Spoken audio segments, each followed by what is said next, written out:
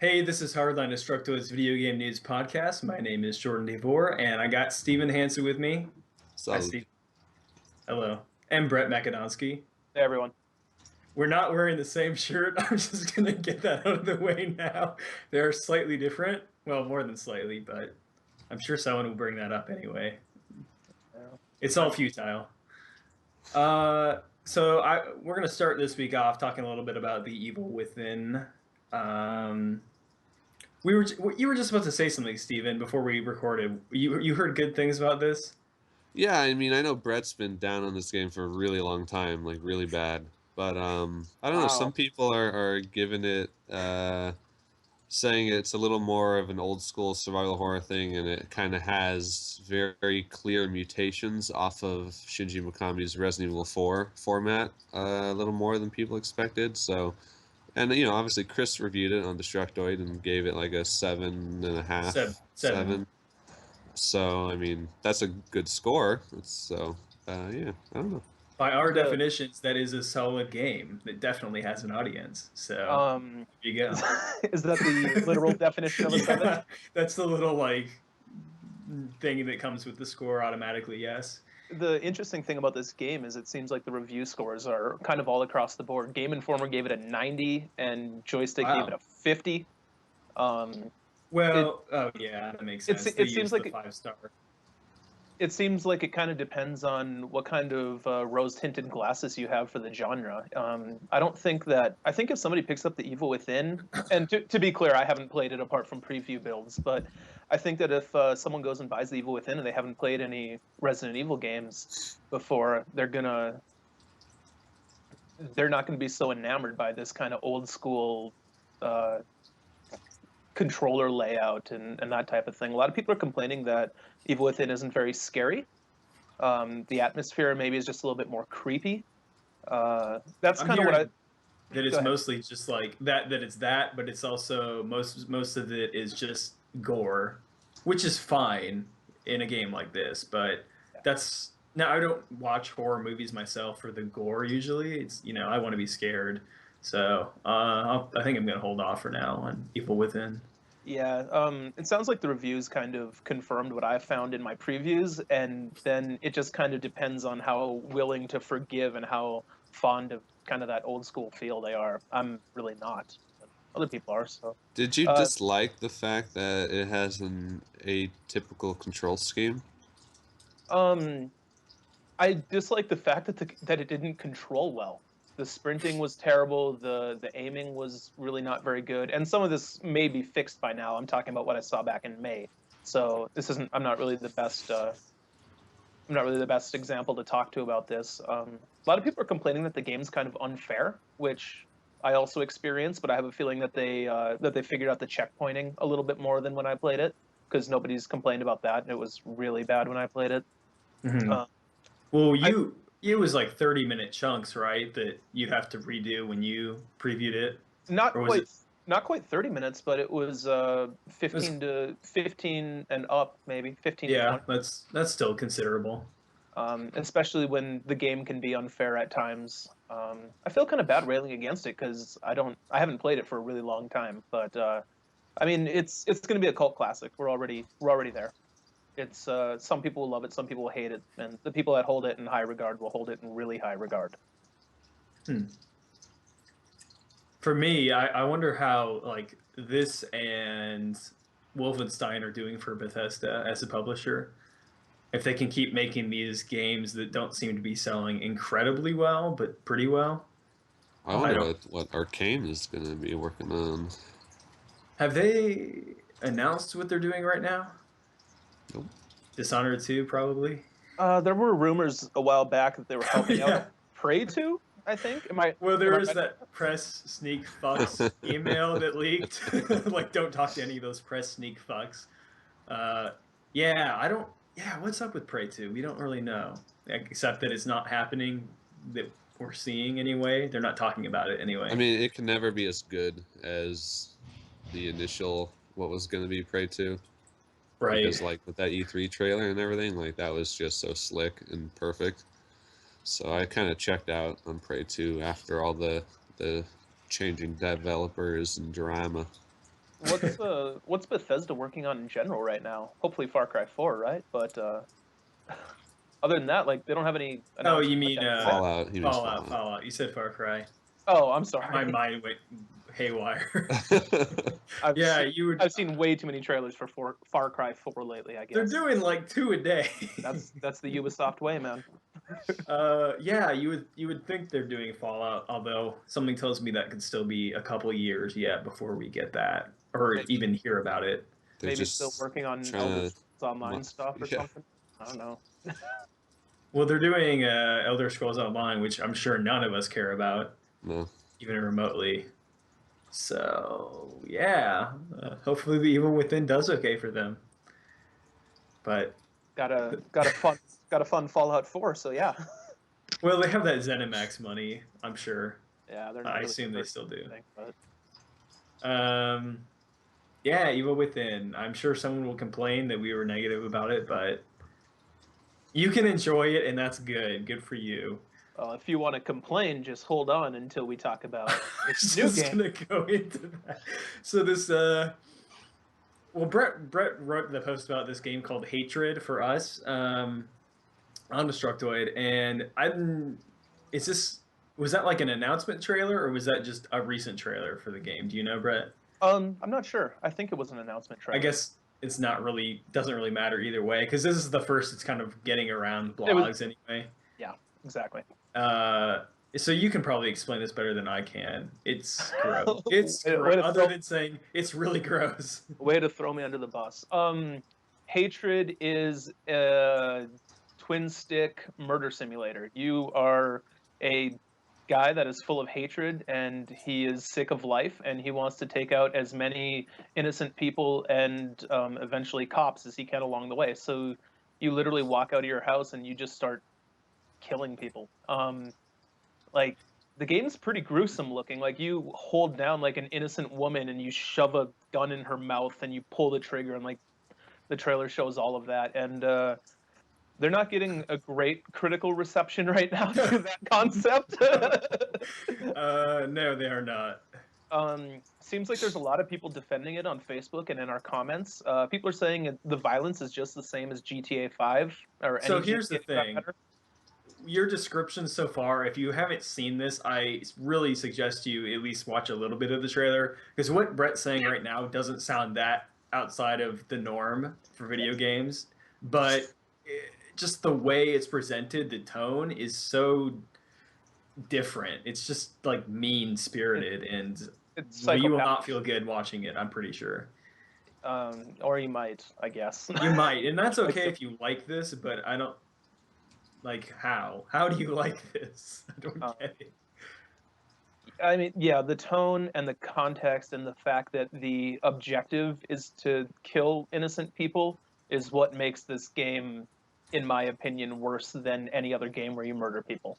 Because GTA, you run some people down, you can even shoot them in the streets, but that's kind of tangential to what you're actually doing in the game. Hatred wants you to get off on killing people, or that's how it looks from this trailer. I mean, they literally use the words "genocide crusade" in the trailer, so you know what you're getting, I guess. There could be an argument made that it's some sort of tongue-in-cheek commentary, but That's a stretch. yeah, looking at the webpage for the game, I don't really see anything tongue-in-cheek about it. It looks pretty straightforward. Can't say I'm a fan. Steven? You look like you got something. I don't know if you've Moving even over seen it yet. No, I haven't seen it. I feel like though, it is kind of interesting though how all of a sudden you get like the comparisons, like it's just like GTA and things like that, and it does kind of at least make you have to sort of consider or possibly reconsider the violence in some of these other games. I think yeah, the tone, the fact that it's the sole objective, and it's like mostly the tone. Like, you know, GTA is not super gruesome. It's, you know, you could, I mean, you're killing people and it's pretty bad, but like it's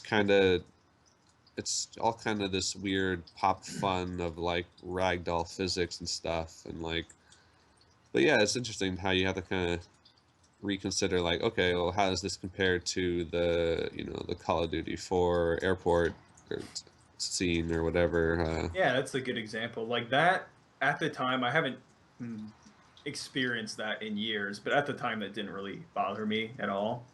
I guess I'm just desensitized to Call of Duty, but this trailer, I felt it did make me feel gross. I mean, I'm all for freedom of expression and non-censorship, and these people can make this game, but at the same time, I think that we're free to critique it, call it exactly how we see it. And as far as violence being compared to GTA and other games like that, I think if anything, if we're just considering this kind of an extension of that, it should make a step back and be like, whoa, maybe we shouldn't be so kind of over the top with some of that other stuff if we're just this far away from that, you know? Mm. Yeah, that's always bugged me about the Uncharted games. I take every opportunity I can to be like, I don't really like the Uncharted games, at least the first one especially. But yeah, video game. Well, Bioshock Infinite's another good example, and this has been talked about a ton. But it's just like killing everything in sight in all games is of this of all these in all these mature games, quote unquote mature. That'd be nice if we didn't just kill people. I'd be a fan of that. Yeah, if there's any other option for any other kind of meaningful Like, interaction.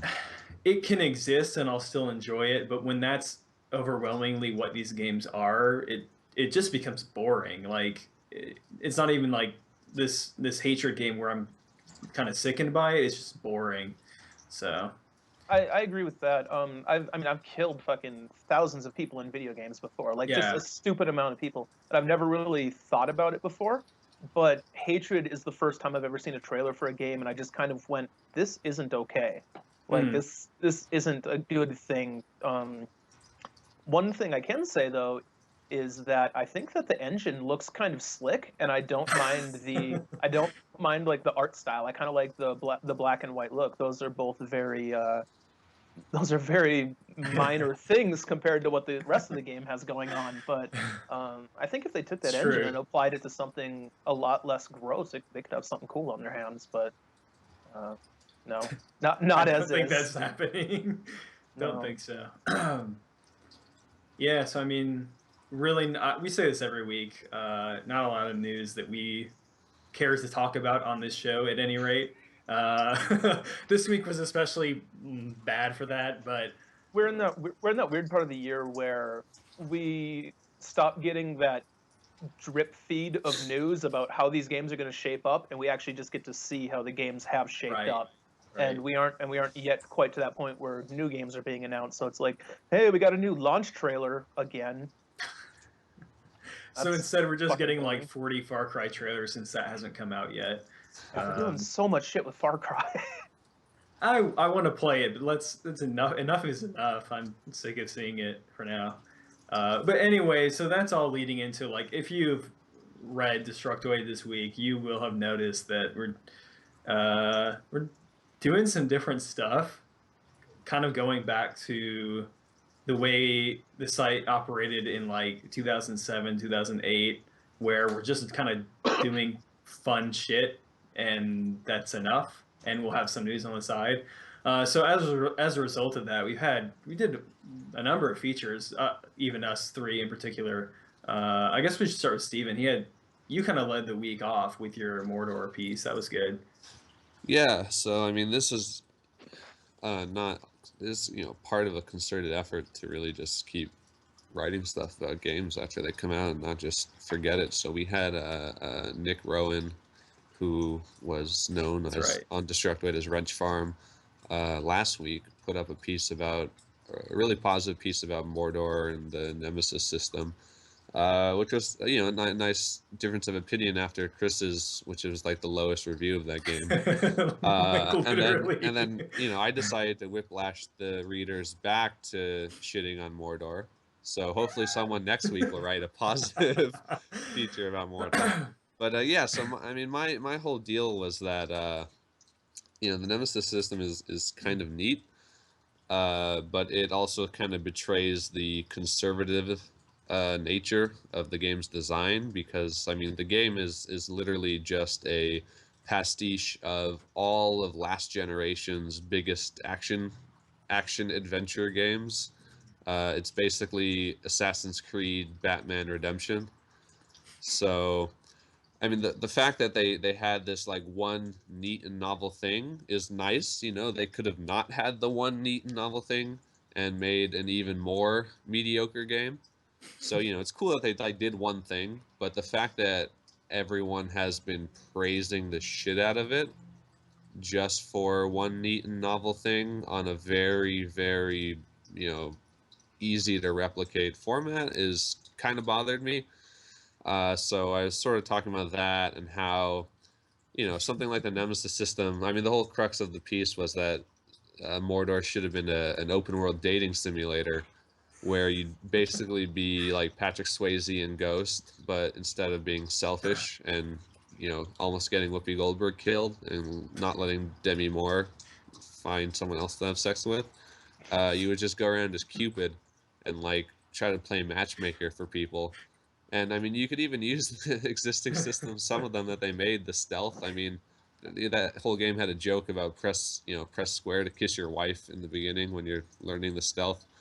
But yeah, so that game was kind of bleh, and it'd be nice if they had made something original. And the other thing, and this is why I asked you, Brett, about whether or not you dislike the atypical controls of Evil Within, but I feel like, you know, especially as genres are becoming more and more standardized, you're getting standardization all the way down to the control scheme, where Mm. I expect that if I pick up a first-person shooter, I will know exactly how to play it because they all play the same. They're all, you know, modeled after that Call of Duty control scheme. Or if I pick up, you know, one of these action games, they're all also pretty much play the same and they have the same cues.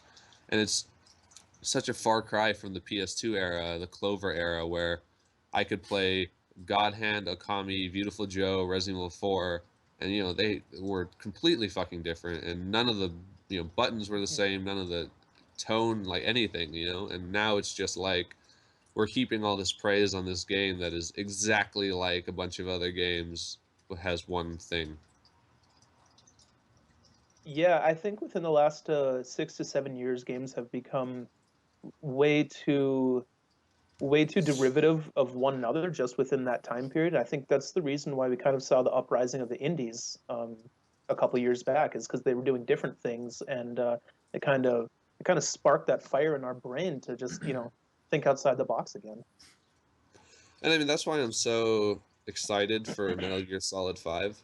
Uh, because Kojima's like the only person who is actually doing new things. I mean, like from the E3, like every single show presentation they've done is like showing off completely new mechanics, and like some of them are super little because you're still working off an existing framework of decades of Metal Gear games, but like Right. just little things like the Fulton system, which has already been in there for a while, the balloon thing, like crawling backwards on your arms, or like now you're like you scale walls with like actual proper rock climbing form, where like Snake's body, his like hips are very close to the wall, and like I don't know, just little things like that are totally new and different, and that's why I appreciate Metal Gear Solid 5 so much. I remember in like the PS2 era, always struggling, going back to the controller schemes, always struggling like in menus, because I feel like the menus would never operate the same way. Or it's like, no, damn it, I wanted to confirm, not back out. But I kind of miss that. Well, that was a huge thing with the PS1 days too, when like Oh a lot yeah, of the yeah, Japanese games didn't yes. switch the circle and X. Like when we were in TGS, I realized that they're still like that. So like I was like pressing X and that was backing me out, and I was like, "Oh right, in Japan it's circle." The the menus were all in Japanese, so it was impossible to. You're just kind of hitting buttons trying to get into the game. Is Move past the text into the game. Speaking of menus, how were the menus in Mario Paint? Did those hold up, Jordan? I have to say, so I probably should have written two features instead of like having half a feature twice and then making that one feature. So it was like it was both. Yeah, I did what I could during that day. So that went up earlier this week. It was both about holding on to your games, even games you don't really love but still kind of like. Doing that instead of selling them for a quick buck, because as I can attest, and many people in the comments who agree with me, you'll come to regret selling those games. It may not seem like it, but like years from now, you'll come to regret it. And so then I also kind of segued into replaying Mario Paint for the first time in years, and just kind of like grabbed some sprites and was like, these are things I like in the game. But yeah, I will say the interface was like, the controls are way better than I thought they'd be. The mouse, like I assume the YouTube people know this, but you literally use an old school mouse, complete with like the ball that you could take out and clean. Considering that it's one of those mice, it actually, once you turn the speed up, it controls okay. So yeah, I mean, the main thing about Mario Paint is that Nat Attack mini game, which is the fucking best. And Nintendo needs to make another Mario Paint on Wii U, because it's like the perfect system for it. They didn't make another Pokemon Snap for the Wii. Okay, When Nintendo doesn't give a shit. When I wrote that line, Yeah. I was like, I kind of want to reference Pokemon Snap, and I didn't, but I completely agree that they're not going to. It like makes too much sense, so they're not going to. So, but Nintendo gave Link a motorcycle, so they just pick and choose when they're going to be They'll awesome. do whatever the hell they want, apparently, and they just want to surprise us.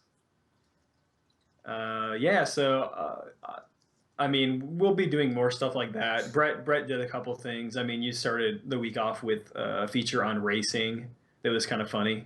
Yeah. The premise of it, I've been playing a lot of Forza Horizon 2 lately, and because racing games kind of, like I said in the piece, they kind of cleanse my palate. When I've been playing a lot of other stuff, racing games kind of just allow me to sit back and not think about a whole lot and just get from point A to point B. But I kind of got sick of beating the computer, so I ventured into online play, and people drive like complete assholes in racing games online. It's terrible. They take the real life. they take the corners as fast as they can. They just plow into you. You're actually at a disadvantage if you're leading them by a slight margin. It's yeah, I did that. Before you, I don't want you to move on quite yet. I was gonna say I play like one racing game every 3 or 4 years. It feels Is like it Mario Kart? Mario Kart. I kind of I wouldn't really consider kart racing games in this, because I played Sonic as well, the Sonic and All Stars game. But like games in Burnout, Need for Speed, Forza, those types of games I play every several years. And then I always do that, where I'll play online once and only once and be like, what was I thinking? This is not fun at all. It just makes me so mad. So I don't know who you people are. I mean, I probably have done it in the past too, driven like an idiot online. So Yeah. the last time I had a good experience online was Burnout Paradise, and I don't think nothing will really replace that. I don't think I've ever heard anybody say a bad thing about Burnout Paradise ever. Someone I know, I can't remember who it was, didn't like the game, but the online in that was fun because you were doing co-op challenges, so it was okay if you crash into each other a little bit. Yeah, Horizon 2 has some co-op challenges, so they're pretty fun.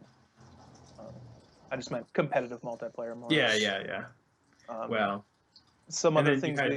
Yeah, go ahead. I was going to move on from racing. So yeah, I was too. We're both trying to do the same thing and failing. I was going to say this weekend we ran 4 pieces calling dibs on Borderlands pre-sequel characters. That was kind of fun, except for being constantly accused of being bought off by Gearbox. Or not 2K. Gearbox? 2K and Gearbox, yeah. 2K Australia. Even though we gave that game, what, a 6? Doesn't matter. Their money went real far. Okay. Steven, after the review went up, people were like, man, you're sure writing about a 6 out of 10 game a lot. And it's like, as if that's going to stop us, what their score is. Like, who cares? Just stupid. Why are you saying that thing, person? Come on. Then Andy wrote a piece where he called dibs on the first inevitable DLC character, and that was pretty funny. Yeah, that was, if nothing else, please read that. You will enjoy it. I'm confident. Also, I think this morning the character got leaked. So I was thinking about writing up like, "Hey Andy, here's your character," but I haven't done that yet. So Brett also did one on getting mad at games that we all contributed to, our own little stories. Yeah, this was I started this back at Gamescom. Right after Gamescom, I sent out an email to the staff. I was like, "Hey, how about a feature on broken controllers? Do you ever throw controllers or break anything like that? Just give me a story." Forgot about it for 2 months, and then I was taking a shower the other day, and it just like clicked in my head. I was like, "Oh shit, I never did anything with that." So I whipped that up real quick. It was like no work because everyone already contributed. It's about it's about just game. Are you a controller thrower? Have you ever been? Tell me a story about it. And it's a bunch of people on staff that are like, well, no, but one time, Yeah.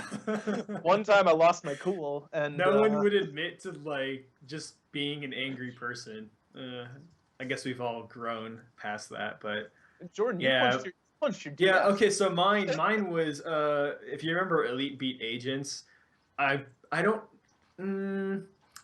I don't know if it was the last song because I feel like there are bonus songs in that game. It's been a while since I played. I think it was like the last boss song that goes on forever on the hardest difficulty, which is fairly difficult. And I could not beat it, and I got mad and punched my DS, and I punched the top screen. I think it was. I'm pretty sure it was the top screen, and it kind of cracked, and so like nothing would display on that screen. And then I was like, "Well, time to buy a DS Lite." So is that the first and only time you've ever thrown a punch? Because I cannot imagine you punching anything ever. That's the first time I physically punched something. I mean, I used to get really mad at games. I honestly don't. I will be like, "Fuck this! Who the fuck designed this? This is shitty." I'll say things like that to myself, or just think it. But depends how, like, it starts off me just saying that in my head, and then it starts coming out because I'm getting too frustrated, and I can't.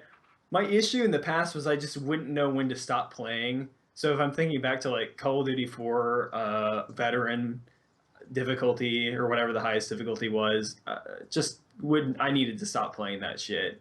I was getting too frustrated. But I've definitely, I feel like I maybe busted up an Xbox 360 controller as well over something. Maybe N plus, maybe Super Meat Boy. I can't remember. Those will both do it. Yeah, I've never violently damaged my own property. You don't seem like you would, though. Well, I mean, especially even when I was a kid, man. Like I knew if I broke that shit, I wasn't getting another one. So I needed that to play video games. See, I definitely dish out some punishment to my Nintendo, like Super Nintendo, NES controllers, but those things never broke, so they're too sturdy. The only time I've ever done it is it's what I wrote about in the article. I was playing Spelunky on my 360 because that's where I have Spelunky, and I was trying to get the key from the mines to the ice caves because that opens up the shortcut to the temple. And I was on the 4th level of the ice caves. I was right at the exit. I had an awesome run going, and I can't remember exactly what I did. I think I went out of my way to kill an enemy, like right at the bottom. I don't know why, and something happened. And I went careening off the ledge. You know how that game is. Like one explosion will boom, boom, boom, and you're fucked. You had a perfect run going, and one little mistake just screws everything up. And I just lost it. I was sitting on the couch. I just raised my controller over my head. I just spiked it on the ground, and now the battery pack doesn't work correctly, and it doesn't. That's when I said I messed up my controller. That same thing happened. I think I threw it on the ground.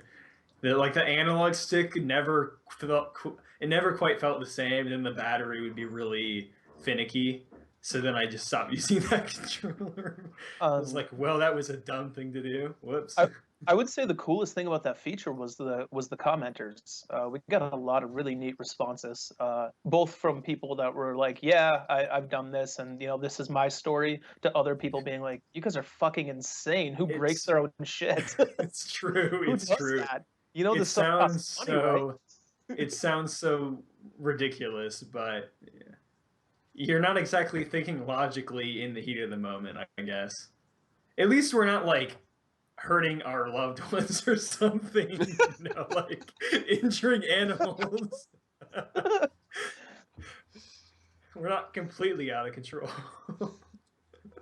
But I will say, like, that was the highlight of my week so far. It's just the like we've had some really good comments on these features and on just weird news posts or weird posts in general. It's been a good week, so yeah, it makes the job fun.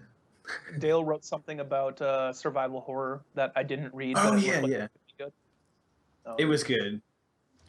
Yeah, check it's that. just about how classic survival horror has really fallen by the wayside, and whether or not we can sort of get it back, or if we're already kind of past that era.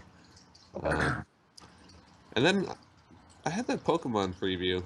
Yeah. That was pretty fun, but I feel like no one noticed it. We should have had that on the top story banner. Yeah, probably should have.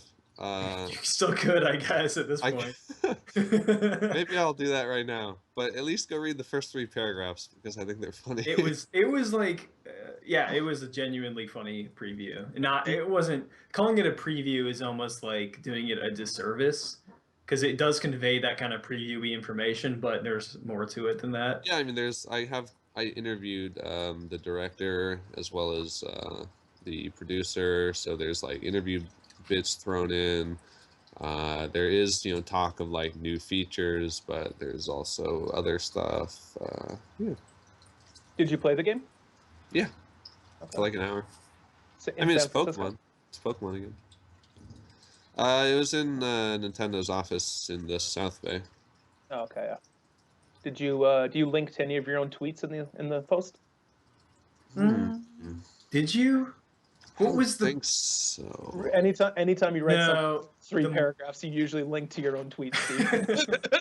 Was it the Mordor one that linked to you with your shirt up? And that might be my favorite part of the video. Yeah, I never know how many people actually click links in articles. It's a very small number. You gotta delight the ones who do. And yeah, pretty much. You're doing that. I think you're doing that. Pretty much. That's it. Because like no one mentioned it in the comments. So it's just like I feel like just some readers who just maybe read and don't comment or whatever, like clicked in and were like, oh, that's amusing, and then continued on with their life. Little Steven Easter egg for them. Yeah. I did you guys ever? I think Anthony Birch used to always do this. You could like do a change thing. the mouse over text. Yeah, the mouse over. You even knew what I was gonna say. The mouse over text on images, and he would write really weird shit in there. Once in a while, I would do that and just be like calls for help. Like I'm being kidnapped by this organization. They're forcing me to write about video games. Please help. Exactly that kind of thing. Yeah. Let's start doing that more. It requires effort. If it was like slightly easier, I'd maybe do it, but just need to change the HTML, right? Well, yeah, but that's one extra step in a line of a bunch of little steps that are required. So just let's just use Red Eye Homer as a header for like every story one day. That'll be enough. One day I want the entire staff to change their staff profile picture to Hamza's, and so just entire list of people is just Hamza. Fun times. We could get all the comment. Can we like make it so commenter icons are also Hamza by default? Be good. We'll have to get Discuss on board with that then. I think we can arrange that. maybe across the internet, every site that uses Discuss, it could just be Hamza. On that note, if you put up with us for this long, thanks for listening to the show. We have So we have the audio version of this on iTunes. If you search for Destructoid Hardline, we have all these features we talked about are on Destructoid.com. They should be pretty easy to find. Most, if not all of them, are linked to at the top of the site. Yeah, Bill and Max are probably still doing stuff on the site's YouTube channel. That's youtube.com/detoid. I think they're still playing. What are they playing? Dragon Ball Z for Game Boy Advance, something like that. So Y'all should follow us individually on Twitter. just follow Steven. He's got At- the best Twitter. At Detoid Steven, at Detoid Jordan, at Donsky13? 3. 3. That's close. Yeah. But also if you follow the just Detoid Twitter account, it is we have 2. We have at Destructoid and at Detoid, and instead of running automatically updating feed on news on all of them, the Detoid Twitter account has become sentient and self-aware. So You can it's a little totally different. tell. You can totally tell which tweets are by Steven because they'll be like, "I have a basket full of snakes. How much does it weigh?" But that's part of the charm. So keep doing that. I don't think any of us actually tweet about games. That's the interesting thing, though. Yeah, Dude. unless it's like self-promotion, it seems to be that way. Yeah. So don't follow us for video game news. That's for sure. Probably not. Probably not. A good idea. Follow us for snake weights. Oh, snake weights.